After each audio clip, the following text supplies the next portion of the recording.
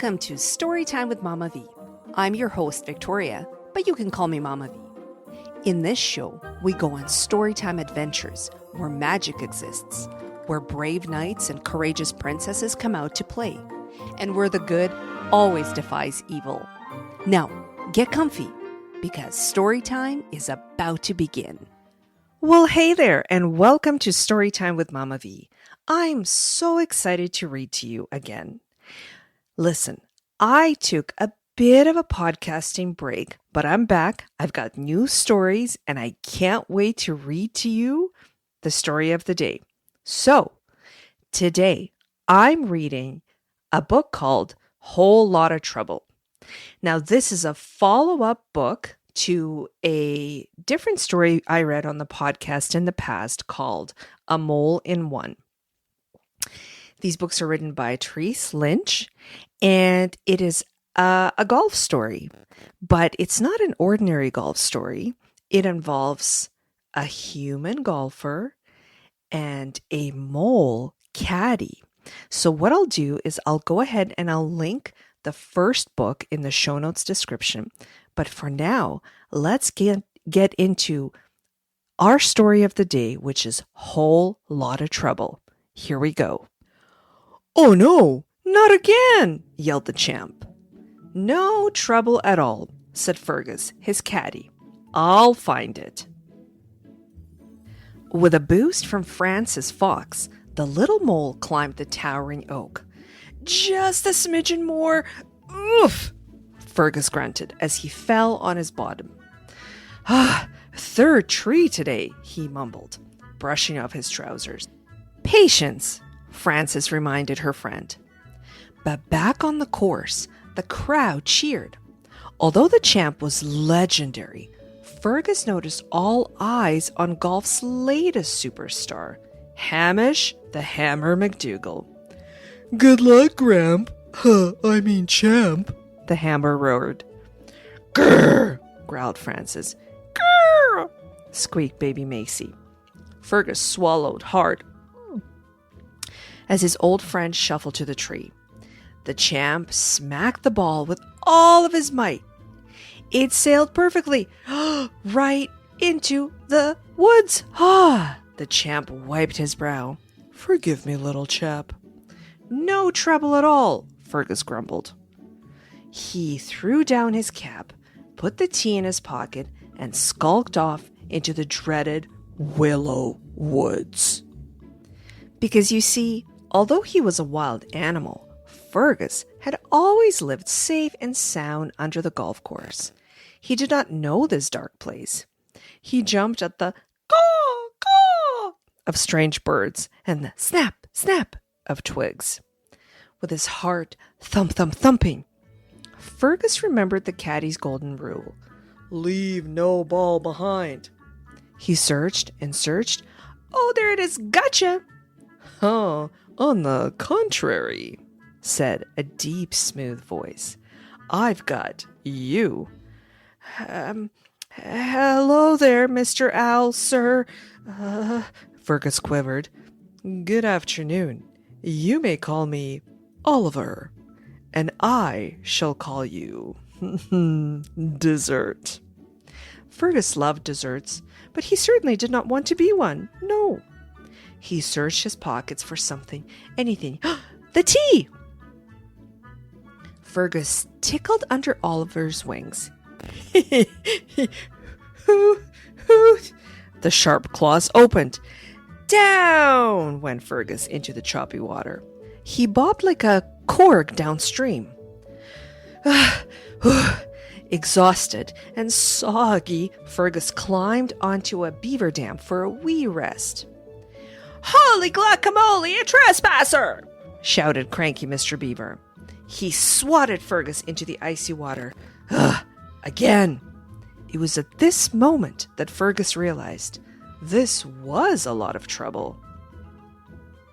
Floating along, Fergus thought of the champ, his loyal friend and partner.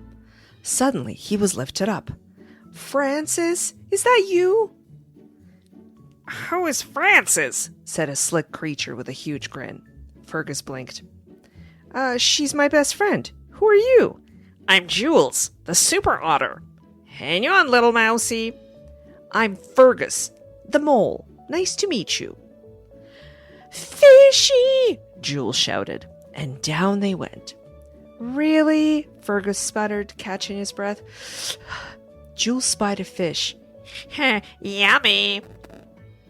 Back on land, Jules talked and talked and talked some more. What's your favorite ice cream? He asked Fergus. Want to trade capes? You're a big mousie. My favorite ice cream is Wormy Swirl Crunch. I'm a mole, not a mouse, and this is called a bib. Fergus stood up straighter. It's an official part of the caddie uniform, not a cape. Haha, my baby sister wears a bib. Jules laughed. Fergus stared. They walked on. At the otter den, Jules' sister inspected Fergus. Teeny tiny shoes, she squealed. Fergus wriggled free. He found Jules at the water's edge with an elder otter. Skippity skip, float like a ship, Jules sang. He flung a stone into the water. Flippity flop, stone goes plop. Fergus tried skipping the golf ball. Ker-plunk! It sunk. Jules shouted and dove down. Hello, little one. I'm Grandma Sylvie. Are you lost? Fergus noticed that this otter smelled like Mama Mole's razzleberry pie. Sweet and safe. I suppose I am, Fergus said. I was looking for a golf ball, but I found a lot of trouble. I see, Sylvie replied, and picked up a stone. With a snap of the paw, she sent it across the water's surface. Fergus's eyes grew wide. Very rare for a mole, by the way. Perfect, Grandma. Jules backflipped, and the ball fell from his mouth. Perfect for me, Julian. But each of us must find our own perfect. Sylvie winked and rolled the ball to Fergus. Francis and Macy burst from the woods.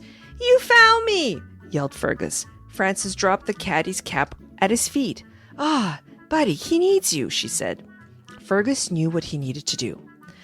Let's go, Super Otter, and thank you, Grandma Sylvie, Fergus shouted as they ran off. Back at the tournament, the leaders were on the last hole. The hammer was winning by one stroke. He swung big. The wind took his ball into the pond. Ah! The animals rushed in. You're back, said the champ. We're back. Now let's finish this, champ. Fergus, I can't compete with the hammer's power. Then don't, Fergus replied. He picked up a stone, a quick flip, whoosh! It hopped across the water like a frog. Stunned, the champ looked at Francis. She nodded. Iron, he said, holding out his hand for the club. He took his shot. The ball skimmed across the water onto the green, backspun, and rolled directly into the hole. The animals whooped and hollered. Skippity-scup, we won the cup.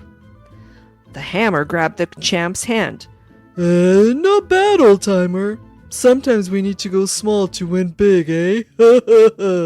Congratulations. The champ knelt down and handed the winning ball to his tiny caddie. Thanks to you, Mr. Mole, I found my swing again. No trouble at all, Fergus chuckled, hee, as he threw the ball into the air. Okay, my dear listeners, I don't know about you, but I was on the edge of my seat reading this one because I really wasn't sure what was going to happen to good old Fergus and if the champ was going to make it to his win after all. But he did. Thank you so much for listening in. As I mentioned, this is a follow-up book, so make sure you check out A Mole in One, which I will post in the show notes description. If you like the story, if you're enjoying the podcast, listen, Share it with a friend.